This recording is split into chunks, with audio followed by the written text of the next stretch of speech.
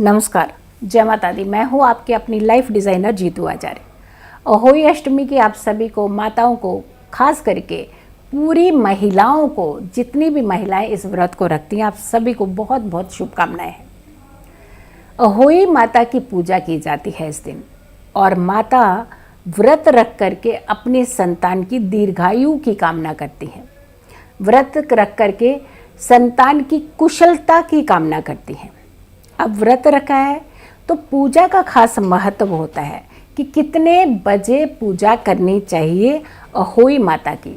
यानी ये व्रत का जो उद्यापन होता है, पारण होता है, ये कितने बजे करना चाहिए, कितने बजे हमें व्रत खोलना चाहिए, सही पूजा का समय क्या होता है, ये सारी चीज़ें बहुत इम्पॉर्टेंट होती है। क्योंकि जब भी हम किसी भी व्रत की बात करते हैं तो उस व्रत में खास करके नियमों का पालन किया जाता है, समय का ध्यान रखा जाता है, और ये संकल्पित तो होकर के व्रत किए जाते हैं। एक चीज़ सबसे ध्यान रखने की जरूरत है, कुछ जनरल बातें भी मैं आपको बताऊंगी, बट हाँ मुहूर्त ज़रूर बताऊंगी, बट एक जनरल बातें बताएंगे। कई बार हम व्रत रखते हैं तो कुछ चीज़ें, कुछ गलतियाँ, चूक हमसे हो जाती हैं। बच्चों को सुबह से उठ करके डांटना शुरू कर देते हैं, आप पढ़ नहीं रहे हो, आपने आज वहाँ नहीं जाना, आज आपने ये नहीं खाना, आपने ये नहीं करना। तो ऐसे में व्रत, क्योंकि संतान के लिए तो व्रत रख रहे हैं, उनकी कामना के लिए व्रत रख रहे हैं, तो सबसे पहले ये सब भाव अपना छोड़ दीजिए, जो रोकना, टोकना, डांटना, ये इस तरीके की चीज़ें आपने व्रत रख करके नहीं करनी है। एक नियम तो आपको ये पहले पूर्ण करना ही करना है।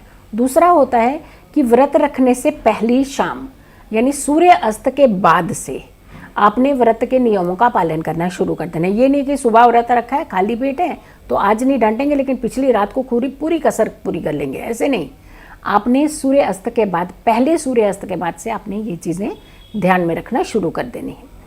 तामसिक भोजन पहले से नहीं खाना है, आपने खाना ही नहीं चाहिए वैसे तो, लेकिन फिर भी अगर आप खाते हैं तो सूर्य अस्त के बाद में ये चीज़ों का सेवन ना करें।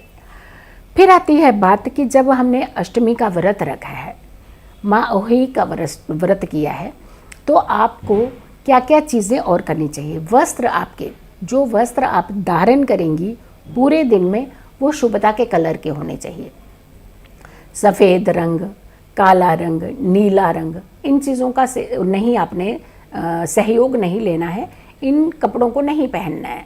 शुभता के colour red colour, orange colour, नारंगी रंग जो होता है, पीला रंग, और क्या कहते हैं इसको, गुलाबी रंग, ये सारे ऐसे कलर्स का ही आप चुनाव कीजिएगा। तीसरा होता है कि माताओं को शांत रहना चाहिए, बहुत शांति मन के अंदर रखनी है। अब शांत कैसे रहेंगे, अब शांत तो रह नहीं सकते, क्योंकि बच्चे कई बार ऐसी गलती कर देते हैं तो वहाँ शांति तो भंग हो जाती है इनके, एक सेकंड में पूरे टेम्परामेंट में माता का रूप आ जाता है उनके अंदर। लेकिन ऐसी चीज़ें आपने नहीं करनी है। आपने जिस कामना से व्रत किया है उसे पूर्ण ज़रूर करना है। अपनी संतान की अच्छी कामना के लिए व्रत करना है, अच्छी अच्छी बातें करनी चाहिए, पूजाएं करनी चाहिए, भगवान का स्मरण करना चाहिए, माँ पार्वती का ध्यान ज़रूर करना चाहिए, और साथ के साथ आपको मंत्र उच्चारण करने चाहिए। घर के वातावरण में पूजामयी वातावरण होना चाहिए, यानी घर के अंदर आप अच्छे भजन लगा सकते हैं, कुछ मंत्र चैंट लगा सकते हैं, कुछ हैप्पी मूड बना सकते हैं, यानी आपको सारी ये चीज़ें करनी चाहिए। फिर आती है बात कि महिलाएं जो हैं सूर्य उदय से पहले उठनी चाहिए, क्योंकि जब अब ये व्रत रखने की हम मुहूर्त बताएंगे अभी, लेकिन सूर्य उदय से पहले उठ करके नहा धो करके स्वच्छ वस्त्र धारण करके पूजा आराधना ज़रूर करनी चाहिए अपने संतान की कामना के लिए। संध्या काल, शाम का जो समय होता है, ये बड़ा इम्पॉर्टेंट होता है कि इसी के आसपास ही होता है आपकी पूजा का मुहूर्त। और संध्या काल में कहते हैं कि पूरे घर को रोशन कर देना चाहिए। हम लोग ज़्यादातर क्या करते हैं, बिजली बचाने के चक्कर में हम लोग को पर्टिकुलर एक जगह जहाँ हमने पूजा करनी होती है उसे जगमग कर देते हैं, लेकिन बाकी पूरे घर में अंधेरा करने लग जाते हैं। अंधेरा नहीं होना चाहिए आपके घर में, पूरा घर जगमग ही होना चाहिए, क्योंकि आप बहुत ही अच्छा एक पॉजिटिव, एक वाइब्रेंट माहौल आप अपने घर का बना सकते हैं। ये ऐसी विधि विधान ज़रूर करने चाहिए। फिर आती है बात कि संध्या काल में जब पूजा की जाती है, और पूजा में गोधूली वेला का खास करके महत्व होता है। वैसे भी कहते हैं साधारणतया अगर हम संध्या की पूजा गोधूली वेला में करते हैं तो आपके घर में हमेशा सुख समृद्धि रहती है, धन वर्षा होती है। लेकिन अहोई माता की जब हम पूजा की बात कर रहे हैं तो यहाँ मुहूर्त का खास महत्व होता है, और वो मुहूर्त खास करके सूर्य अस्त के आसपास का गोधूली वेला का ही ज़्यादा होता है और सबसे अच्छा मुहूर्त माना जाता है। तो आपने मुहूर्त का थोड़ा सा इंतज़ार और करना है, लेकिन और चीज़ों का भी खास करके ध्यान रखना है। पूजा के समय घर के अंदर शोर शराबा नहीं होना चाहिए। पूजा में जब आप बैठते हैं तो आपका ध्यान नहीं भटकना चाहिए। पूजा में जब आप बैठते हैं तो आपने अपने मंत्रों को ब्रेक नहीं करना है। पूजा में जब आप बैठते हैं ना खुद स्वयं किसी को टोकना है और ना ही आपके घर का कोई सदस्य आपको रोकना या टोकना चाहिए। पूजा करते समय जब भी आपके घर में पूजा हो रही हो उस समय, चाहे आप सुबह अहोई का व्रत आपने सुबह भी पूजा करेंगे, लेकिन पूजा के समय जिस समय आप पूजा कर रहे हैं उस समय घर के अंदर झाड़ू नहीं लग रहा होना चाहिए। पूजा करते समय आपके घर में कोई लड़ाई झगड़ा नहीं हो रहा होना चाहिए।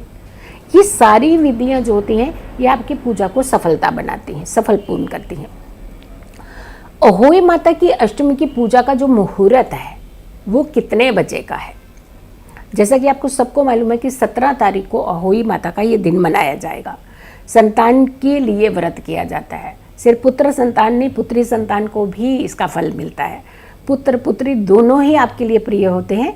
तो ये संतान का व्रत होता है। तो आपने शाम को 5:50 पे जो मुहूर्त, शुभ मुहूर्त शुरू हो रहा है, इसी समय से लेकर के रात के 7:15 तक का समय, ये समय आपकी पूजा का समय है जो कि अहोई माता की पूजा की जाएगी। इस पीरियड के दौरान ही आपने पूजा करनी है और कोशिश करनी है कि 7:15 से पहले पहले आपकी पूजा संपन्न हो चुकी होनी चाहिए। इनफैक्ट मैं तो ये कहूँगी कि 7 बजे तक आप पूर्ण पूजा जो है संपन्न कर लें। और उसके बाद तारे देख करके, यानी क्योंकि हम लोग को सितारे देख करके इसका अर्घ करते हैं, सितारे देख करके ही इस व्रत को खोला जाता है। बहुत सारे लोगों की मान्यता है, कहीं कहीं ये व्रत जो है चंद्रमा को देख करके खोला जाता है, लेकिन इस दिन चंद्रमा काफ़ी देर से निकलता है। वहाँ भी तो एक माता की परीक्षा होती है। तो आपने तारे देख करके इस व्रत को खोल सकते हैं। इसकी महत्वता है, इसकी मान्यता भी है। लेकिन एक चीज़ मैं संतान के लिए भी कहना चाहती हूँ कि कितना मुश्किल होता है एक संतान को पालना, कितना मुश्किल होता है कि उसकी हर खुशी का ध्यान रखना। और तो और सिर्फ इतना ही नहीं, व्रत रख करके उसके दीर्घायु होने का आशीर्वाद तक माताएं कितने कठिन व्रत से गुजरती हैं। कृपया करके आप अपने माता पिता का ज़रूर आदर करें, सम्मान दें, उन्हें ध्यान रखें, उनकी केयर करें, उन्हें कभी कष्ट ना पहुंचाए। क्योंकि कभी भी कहते हैं अगर माता दुआ मांगती है तो माता के आह भी बहुत ख़राब होती है, ध्यान रखिएगा। ज़रूरी नहीं तो कोई भी माँ अपनी आह नहीं देती है किसी को भी बच्चे को, लेकिन कई बार अंतरात्मा तक जब आप अपनी मदर को या फादर को सताते हैं तो अनजाने में कई बार कुछ मुंह से निकल जाता है। तो ध्यान रखिएगा कि बच्चों के लिए भी कि ज़िंदगी में आपको बहुत ज़्यादा स्ट्रगल ना करनी पड़े, इसके लिए आपने भी ऐसे कोई कर्म नहीं करने हैं जिससे आपको भी कभी भुगतना पड़े। हम यही कहेंगे कि माता और बच्चों का, पिता और बच्चों का रिश्ता बहुत अच्छा रहे, क्योंकि पेरेंट्स बहुत अच्छे से आपका ध्यान रखते हैं, आपको भी उनका ध्यान रखना है। मेरी इस वीडियो को ज़्यादा से लोगों तक ज़रूर पहुंचाइएगा। कल फिर अगली वीडियो का आप इंतज़ार कीजिएगा। कल भी, परसों भी, नरसों भी रोज़ वीडियो हम डालते हैं। अगली वीडियो का आप करें इंतज़ार। तब तक के लिए नमस्कार।